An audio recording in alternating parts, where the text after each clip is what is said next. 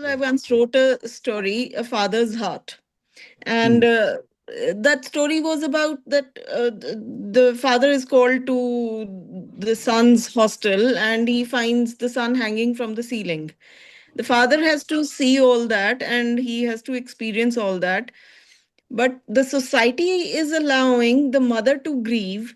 She is grieving. She's lying on the bed. She's crying. A doctor visits her and he says, "Oh, she needs to rest and do that." But a father is not allowed to grieve. So I felt, why not explore the father's heart and see how he copes up with everything? After all, it's his son also. But And I really want to explore what happens when a man grieves. A person who is allowed to cry will always sympathize with the other person. yeah, And a person who is not allowed to expose his feelings will always try to suppress other people's feelings also. true, very true, very. That kind of sensitivity has to be brought out in the society. I mean, it's the duty of an author to Yes. bring about some social change also, not because art is not only for art's sake, art has some purpose also. Yeah.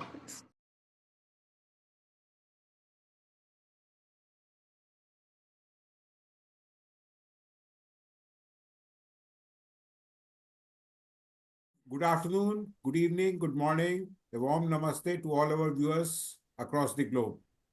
Welcome to another episode of the show. So, as you can see, technology has again let me down. My laptop camera is still not working, and so I have tried a bit of a jugaad. Jugaad actually comes from the place or from the state where from where Sonika is speaking. No, Ambala is in Haryana, I believe. Ambala Yes. is in, definitely. Yeah, so it's Narendra Jeet ji. I think it's her place. So that's where the jugaad has come from. So I am doing a bit of a jugaad. My video is through my mobile and my audio is through my laptop. So that's it. And so the show, we start this episode of the show. And let me introduce you our moderator of the evening, that is Vardhan Dharkar for you. Vardhan is looking as smart and dapper as ever, and and he's a retired finance executive and chief executive. I mean, I would say, and now he is into a lot many things. I think he's not placed his calendar behind him, and that contains photographs, 12 photographs, 12 of his photographs. So he's a photographer, he's a traveler, he is learning Sanskrit, he's reading epics and he's writing blogs on the role of epics in our day-to-day life in the modern context. So that's all that Vardhan is doing. And so welcome to the show, Vardhan. Now let Thank me you. introduce to you the guest of the evening, that is uh, Dr. Sonika Sethi for you. I call her as my guru because she introduced me to writing short articles, and I have not looked back. Or I would say the rest is history. So little about Sonika. Dr. Sonika Sethi is an author, poet, blogger, columnist, and editor. She has 9 award-winning books to her credit, and she started in, I think, around 2018. So it's been just a very short journey of about 6 or 7 years that she has written 9 books.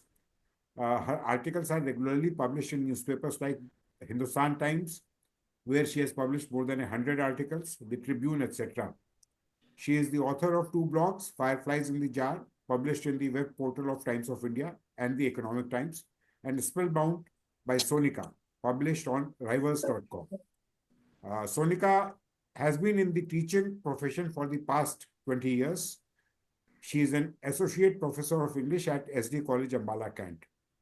Sonika also conducts lectures and workshops in schools, colleges, and universities on the art of storytelling, creative writing, soft skills, intellectual property rights, and communication skills. So that's Sonika for you. Welcome to the episode once again, Sonika. Uh, Thank you, sir. Thank you so much. And now I will move out of the frame and I will let Vardhan and Sonika take this forward. Over to you, Vardhan and Sonika.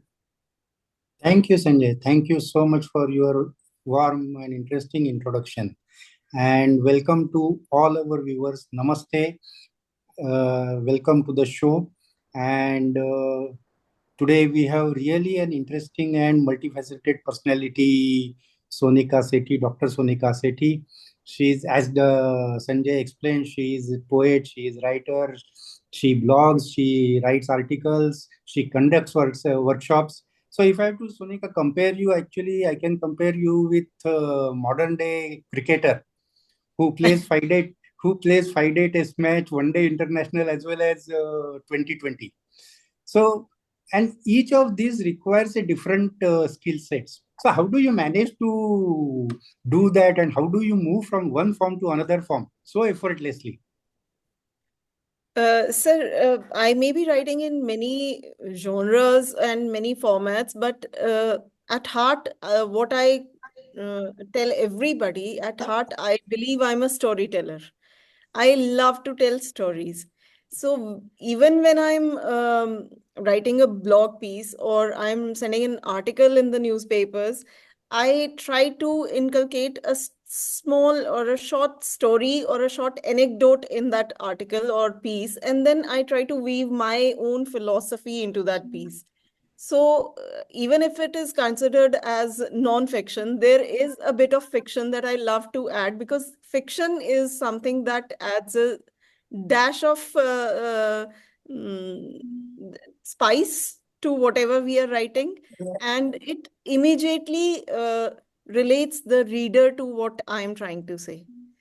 For example, I once wrote a piece, an article, and it was published by Hindustan Times, where I tried to tell people that while I was young and I had my children, every single relative came up to me and told me, "Oh, you've got two daughters, now you must have one son also." It's very common in Indian societies, right? It is nothing extraordinary. Every relative uh, takes the responsibility upon himself or herself to guide the young mother, that you have probably not had the right kind of education to produce a son. So now we'll guide you, and now then you can get a son out of our guidance. So when I had my second daughter, relatives started pouring in. And one day I got so fed up and I told them कि मेरी दो बेटियां वो कर दिखाएंगे जो आपके लड़के नहीं कर दिखाएंगे. I'm so proud of my two daughters. So my elder one became an engineer. She cracked the entrance exam. She went to NIT, cleared her entrance. And then my younger daughter, I waited for my time of revenge, you know. uh, they say revenge is a dish best served cold. So when my younger daughter, she appeared for her legal entrance exam, she ranked 5 in all India, Wow. and her photographs along with mine were splashed in most of the major dailies. The people came to our house to interview her, and then I wrote this piece in Hindustan Times that Mhm. people think that if I have two daughters, I need something, some kind of guidance. Probably I have not been educated right. And why do Indian relatives believe that it is their mm, authority, or it is their right to interfere in every person's life? So when I wrote this piece, there was this little story behind this piece. So I wrote this piece, and immediately I started receiving fan mails. You know, Hindustan Mhm. Times does this wonderful job that whenever they publish writer's piece, they give your email address beneath it. So I started getting emails from so many young mothers. They said, "Ma'am, when we read your piece, we felt so proud that we have two daughters, and now we'll reply in the way you have replied to those people. We'll try to educate our daughters, and we'll try to give them good support so that they become something that we can shut our relatives' mouths with." I mean, there is no other way to quiet these relatives except by proving them that daughters can also bring laurels to the family, and they can also they can excel in every field. So, the readers, my readers, they kind of relate to the pieces that I write, because I try to put in a short story or anecdote in every piece that I write. Even Mhm. when I'm writing a poem, I try to include a weave or spin a tale inside that poem. It should feel that they have lived that kind of experience before. So for me, I'm basically a storyteller, and that credit I give to my grandfather. My grandfather was a great storyteller, and Mhm. I still remember during winter, such kind of winter days, we used to snuggle in with him in his quilt, and he had a room in the attic, and we would snuggle with him in his quilt, and he would keep on narrating stories one after another to us. And when he would finish with every story that he had, he used to read Urdu newspaper, I still remember. And we would tell him to read articles or any piece that is written in the newspaper, and he would read it to us. And that kind of, spinning a yarn kind of thing, it went inside my heart and mind. And I believe I'm a great storyteller. Perfect and very interesting. I think what you said makes immense sense is that there is a need to change our mindset, and we have to start looking at whether it is a daughter or a son. We have to look at it as somebody who can take your legacy forward instead of discriminating between them. Very interesting and very thoughtful of you. Thank My you. Yeah.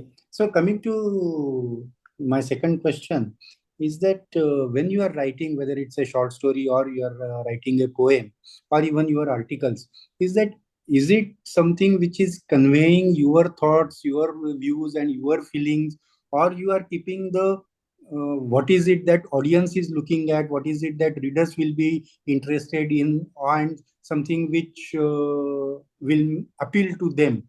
So, in the first place, when you are expressing your views and your thoughts, it's something which will give you immense satisfaction, but may not be commercially successful. While in other case, it may be commercially successful, may not give you that much satisfaction. So, what's your philosophy and what's your thought process? So there are two lines of thoughts that I indulge into. One line of thought goes like this: that writing is not my profession; it is a passion for me. I have a profession that pays me enough to carry on. So when I'm writing, I do not expect my writing to be commercially successful. I have a good career to fall back upon. And so I don't look for commercial success in my writings. I write because it's my passion and it gives me happiness. In fact, something that I mentioned to you yesterday, writing has been like catharsis to me. While I was growing up and while I was young, I mean, I'm still young. That is what I believe. I've just crossed 50. That's it. So I'm still young at heart. So, Age is but just a number. just a number, not a big deal. So while I was growing up, I was a very shy kind of a child, and I was a very introvert person. In fact, my all my relatives, my husband, my mother, they were really upset with me that I am not a go-getter kind of a person. I don't mix well with people. I am not extrovert. I don't enjoy parties and all that. Now, when I started writing, all that quietude that I had inside me, it started pouring out. I had so much to say inside me, but I had kept it all bottled up because I did not feel that I had the right kind of audience who would understand me. So when I started writing, it started pouring out like all the like there was some the kind of those slush gates, the sluice gates had opened, and I had so much to write. I could not stop myself, and it turned out to be cathartic to me, to be to be therapeutic for me, because I instantly bloomed. I started mixing up with people. I started going out. I started enjoying parties. I started enjoying the company of people. And now people tell me, my husband especially is really worried. He says, now we have to actually stop you from partying. And you cannot stop talking to people. You have to talk to everyone who comes across you. So kind of my personality underwent a metamorphosis when I started writing. So that is one piece of my one line of thought, that I do not write for commercial success. I write for my passion. And since I write for my passion, I do not write to please the readers. If readers enjoy my work, what I write, that is really good. But I don't write to please people. I write what I observe, what I experience. I write stories. There are stories where I feel that I need to tell my point of view to people. The way I wrote about my two daughters, having my two daughters. But at other point of times, I sometimes tell stories where I learn lessons from people. I never shy away from telling people that, oh, here I was wrong and somebody taught me a lesson. So I share those experiences also.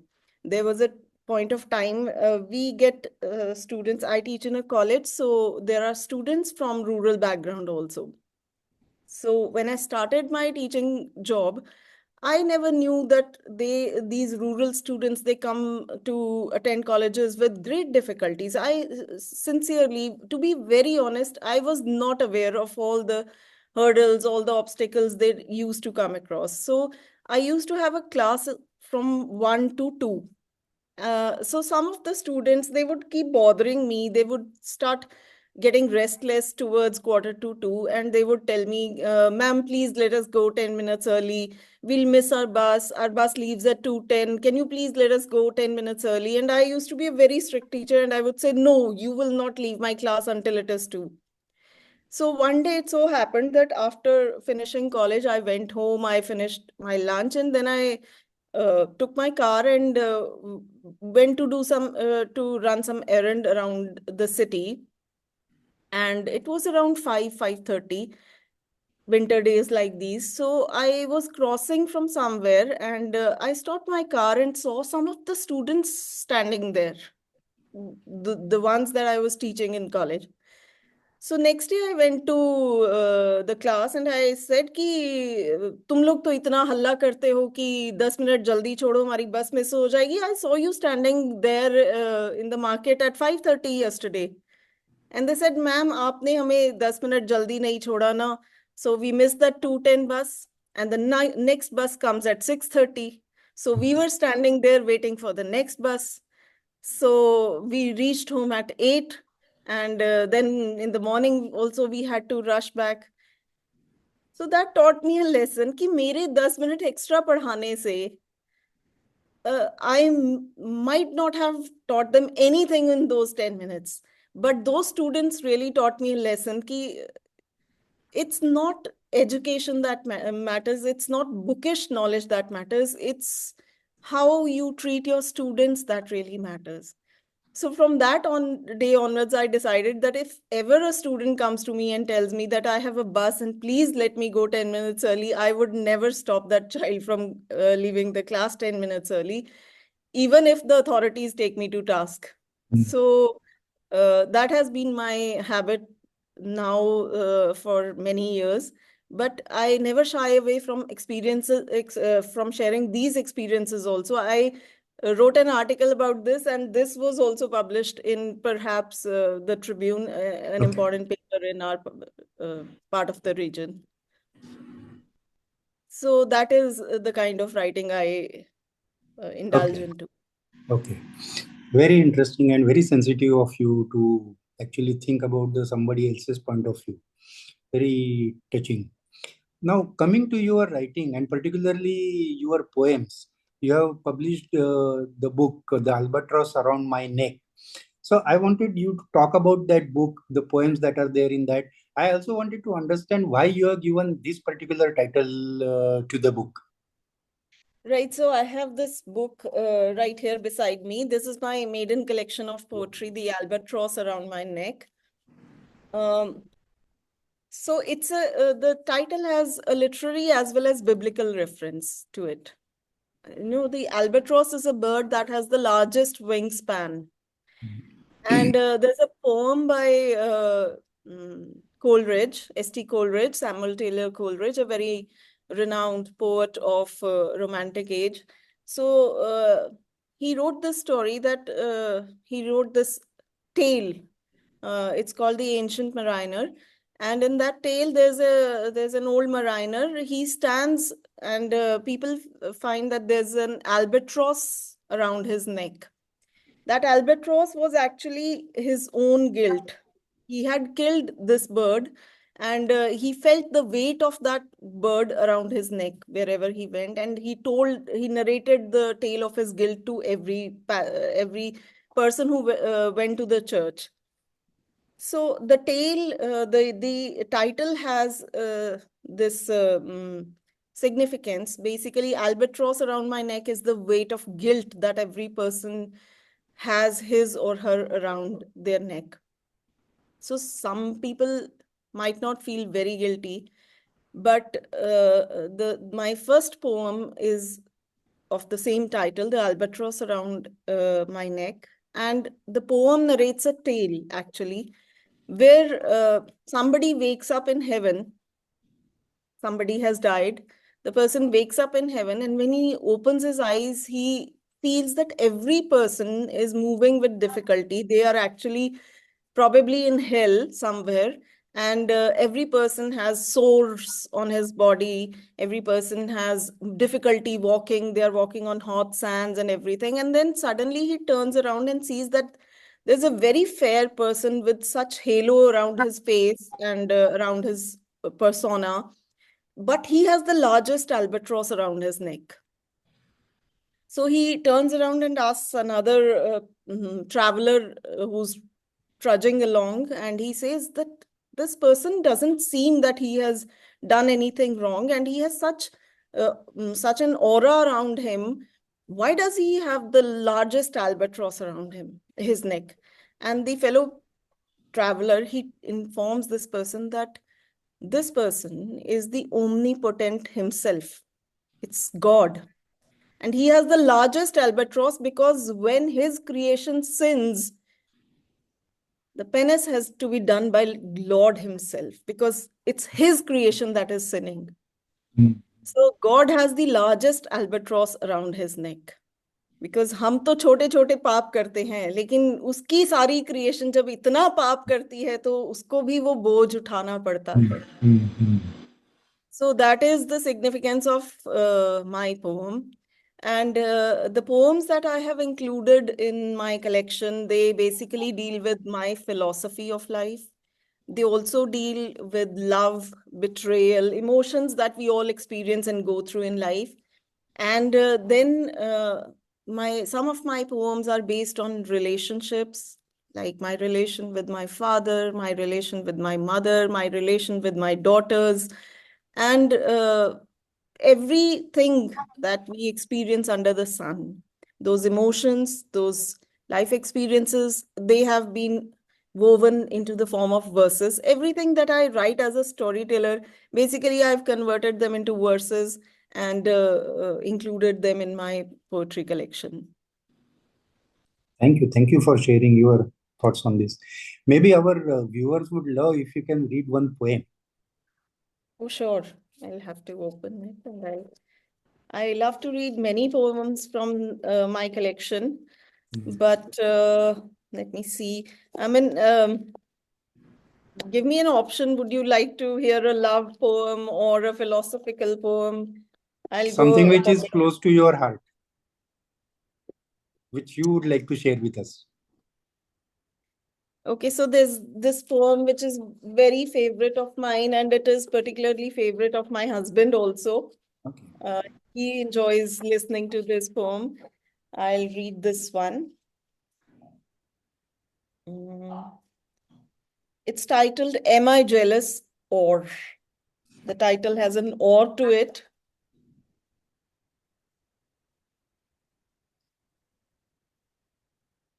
So it's a love poem, basically. outrightly love poem. And what I have tried to show is that love has many forms, myriad forms, and every emotion is a reflection of love, and even jealousy is a part of love. So I have tried to justify jealousy as love. I mean, not many people would agree with me, but that is how I feel. So it goes like this. The gentle breeze weaves its fingers through dark tresses, teasing you, leaving you vulnerable to audacity of nature. The red dress billowing in the green, yellow mustard field. Am I jealous of the breeze, caressing your face so fair? Am I the only one in love with you, or love is in the air? Amethyst sky, glinting slivers of sunshine, cast a pattern. Play around coyly like the shy bride and the new suitor. The lonely blue jay, sitting atop the tree, calls to its mate. Am I jealous of the blue jay calling out his mate with flair? For sure, I'm not the only one in love. Love is in the air.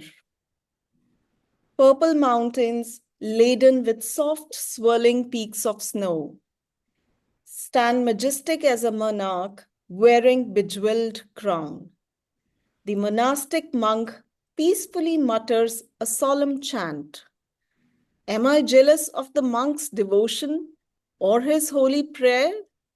For he is too in love with the divine, and love is in the air. Nascent blossoms adorn the prickly bushes in hues infinite.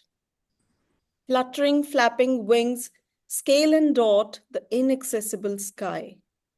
Gurgling river gushes and rushes to reach its ultimate design.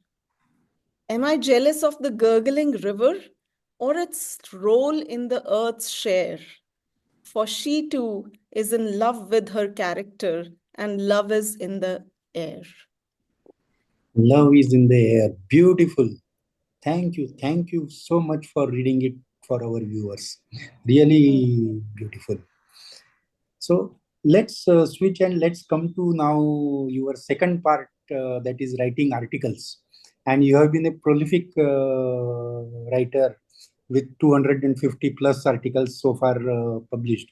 So how do you find subjects or topics to write, and how do you manage to do that so, what do I say, fast, and so many articles? So, as I mentioned earlier, sir, that I observe things around me, and I fortunately have a good observation. I have the Mm. observer's eye.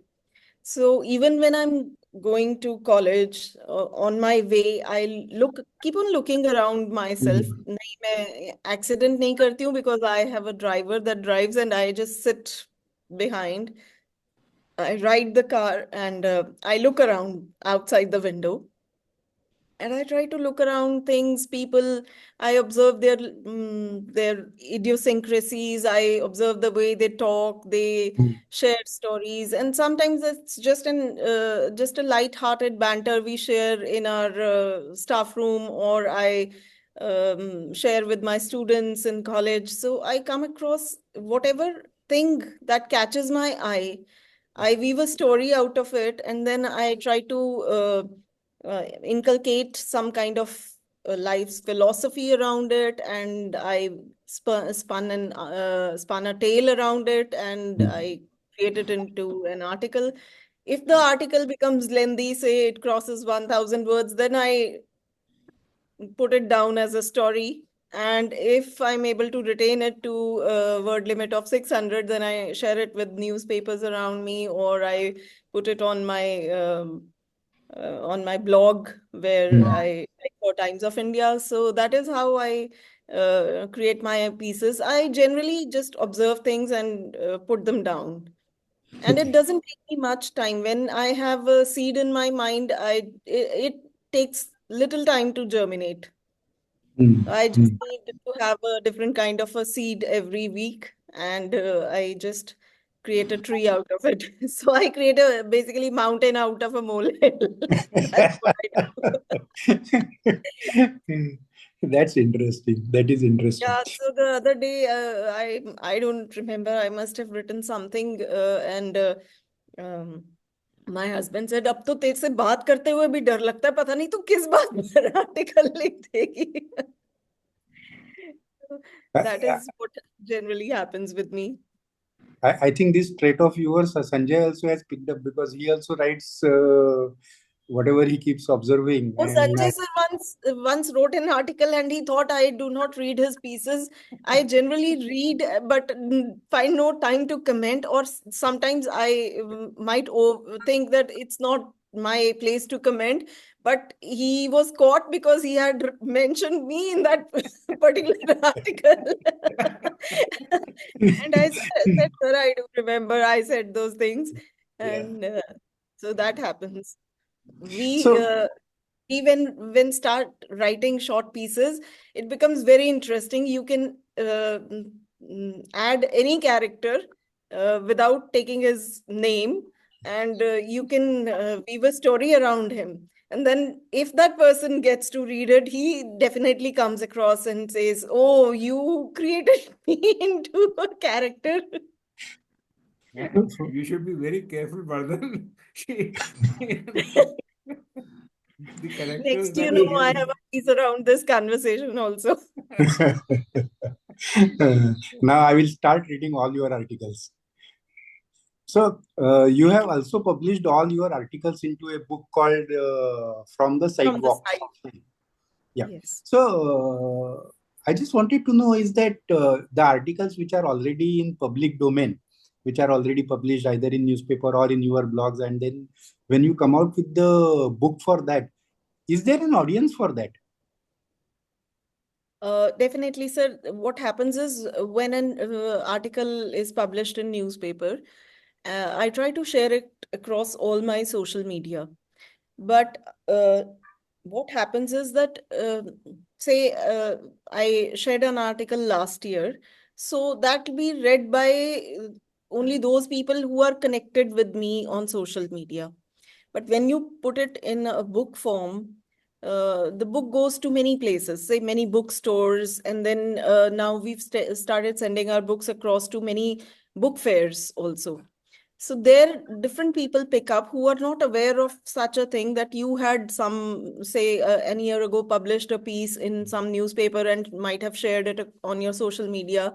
And then sometimes people send you a friend request on particular social media, and you really feel that no, this I do not know this person, so I will not accept his friend request. But whether the person knows you or you know the person, if the person finds your book interesting, he'll pick it up and he'll buy it, and then he can later on connect, Yeah, saying that, oh, I read your work. So book definitely goes places. I completely agree. I think what you may have said is very relevant and very And the right. book stays relevant. You can keep on circulating your book 10 years later also, while the article loses its sheen, say a couple of weeks later, once it's published. Yeah, yeah. But when it is in the book form, it is in, I mean, in a collection. So if somebody asks you, oh, we like that piece of yours, do you have some more? So you can always offer them a book and say that, oh, Hmm. these are all the compiled pieces. And it stays with you forever, for ready reckoning also. Perfect. Uh, my next question is that what should we expect from you in next 12 months and next 24 months? uh, well, I'm working on Apart from, of course, the articles that you keep writing, that though anyway it will continue, but in the space of poems or short stories or see, even a full-fledged novel. no, I cannot write a novel because I think I don't have that kind of a patience to continue with the same characters for 300 pages or so. My characters have to die within 10 pages. Okay. And Okay. that is a sure thing. I don't know, whenever, even if I start writing a love story, my characters ultimately end up dying. I don't know what kind of psychology may have some, maybe that I have some some sociopath kind of a mindset, but my characters ultimately end up dying. So in fact, a funny thing happened. One of our old librarians, a very voracious reader, he came to the library. He picked up my collection of short stories, and I was very happy that he would read and he would give me a feedback. So a couple of days later, I met him. I said, "Sir, did you read my book?" He said, "क्या पढ़ना उस किताब को? हम तो पहले ही उस जगह पर खड़े हैं जहां पता नहीं कब हमारा टैम बोल जाए, और ऊपर से आप हर कैरेक्टर को मार देते हो." ही सेड, "डर ही लगता है आपकी कहानियां तो पढ़ते हुए." तो आई वाज लाइक कि नहीं सर, ऐसा नहीं है, कुछ लव स्टोरीज भी हैं। ही सेड, "तो वो भी तो मर ही जाते हैं, लव भी करते हैं." So no, on a serious note, I have a lot of things piled up on my plate. My third collection of short stories is with the publisher. The publisher is taking his own sweet time. If it would have been in my hands, I would have brought out within 10 days, but he's taking his sweet time. And I'm trying to keep my patience with him. So let's see who wins my patience or my book's publication.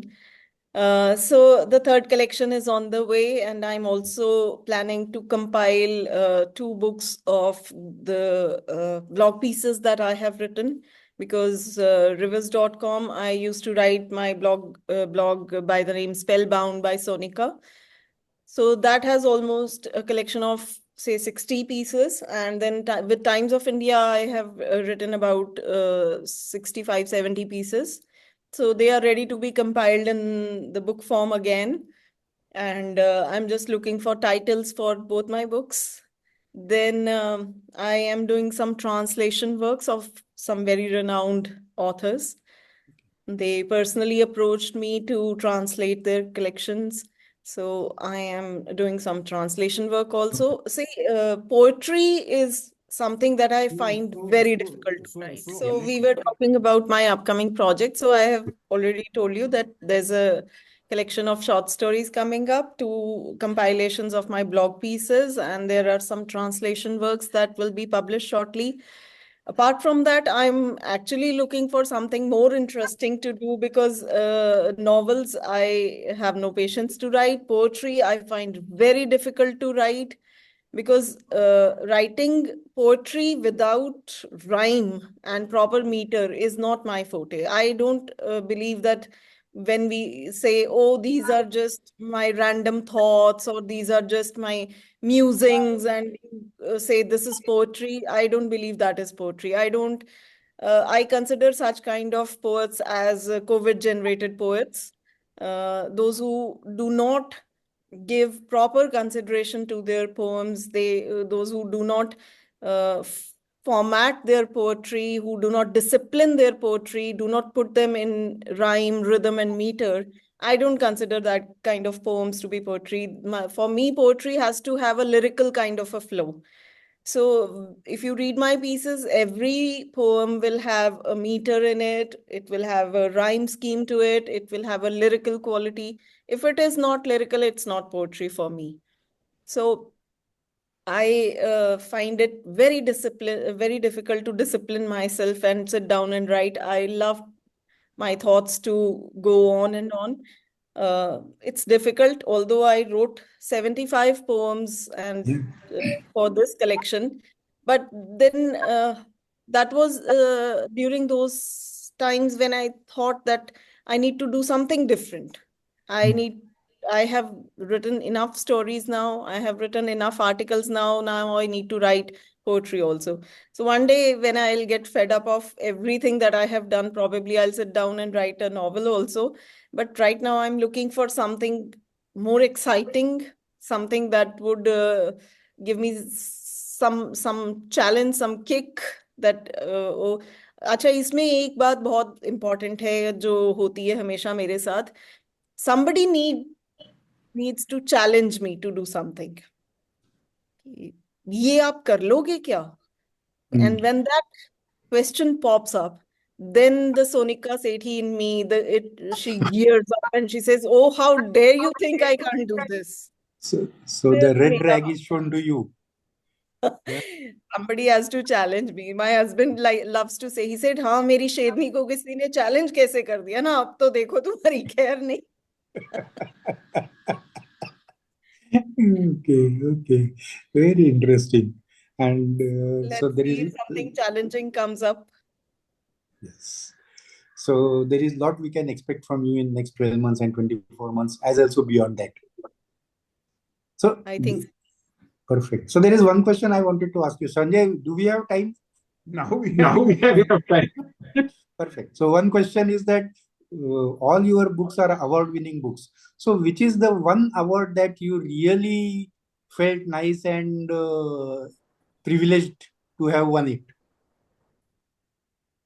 Um, I don't know. I feel I have not, I have, my books have been awarded, but I really feel, hmm, don't kind of feel that maybe I don't consider that they should really win something or they were really worth something.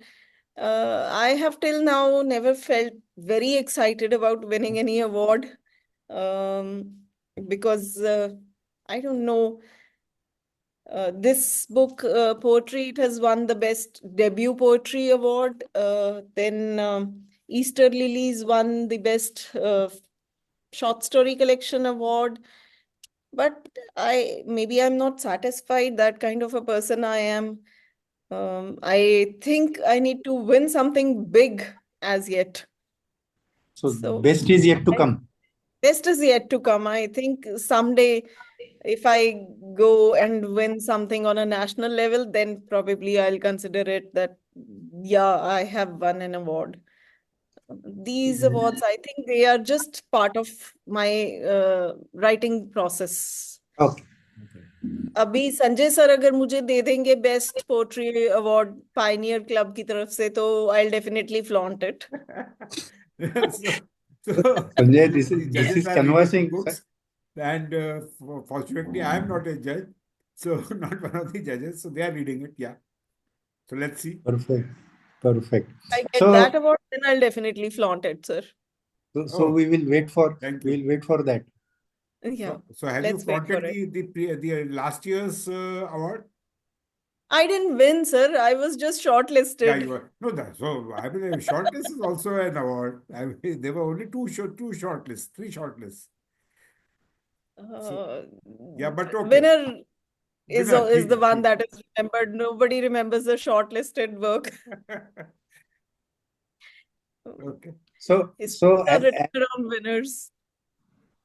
so as part of the show, we also have a rapid fire round, and I'm sure that you will enjoy being part of it, being in the hot seat. Yeah, of course. I've Perfect. never been in a hot seat before, so I'll definitely enjoy it. So let's start off. First question is, what is your passion? Writing poems or writing stories? Writing stories goes Writing without stories. saying. Okay. One compliment which you cherish the most. Oh, I went to this college, some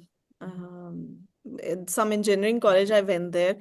And so when I came back from there, so one of the students sitting in the audience, I don't know who she was or where she saw me, but she wrote some comment on social media that I really wish that I become when I grow up, I become like this woman. She has such a flair. She has such a good hairstyle. She has got style also, and she speaks so well. She writes so well.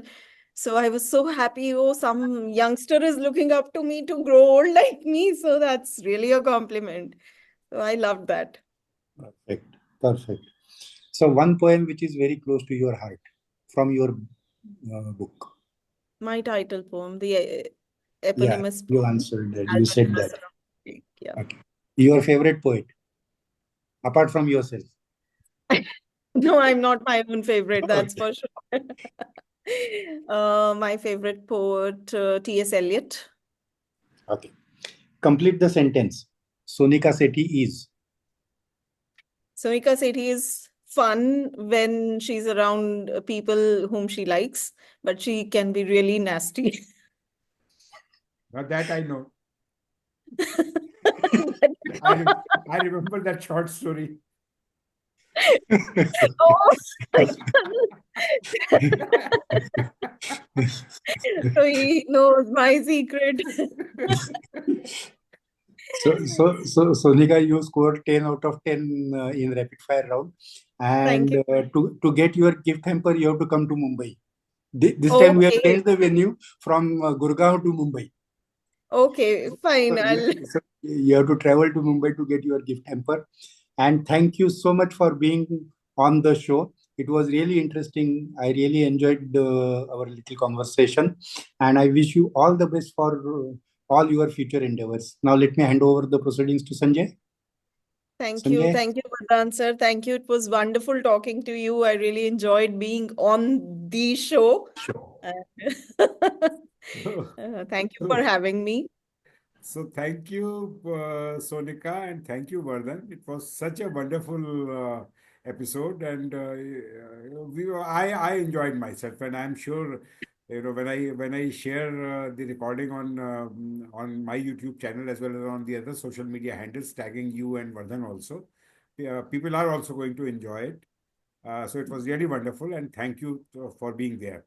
Hope to Thank hope to meet you you. soon, and Definitely, sir.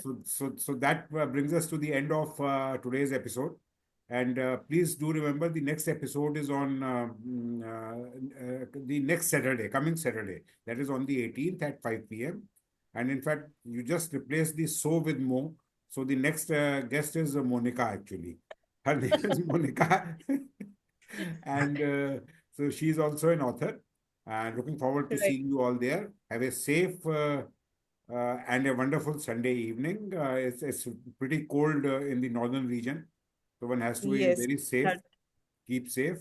And thank you both very much. Thank you, viewers who joined us, and thank you all very much for joining Thank you, us. Sanjay Thank sir. you. Bye Thank bye. you for having me on the show, and thank you for putting up with all my changes in the schedule of No, no, your no. episode. My apologies for No, all those delays. that was understandable, Sonika. Not an issue at Yeah. all.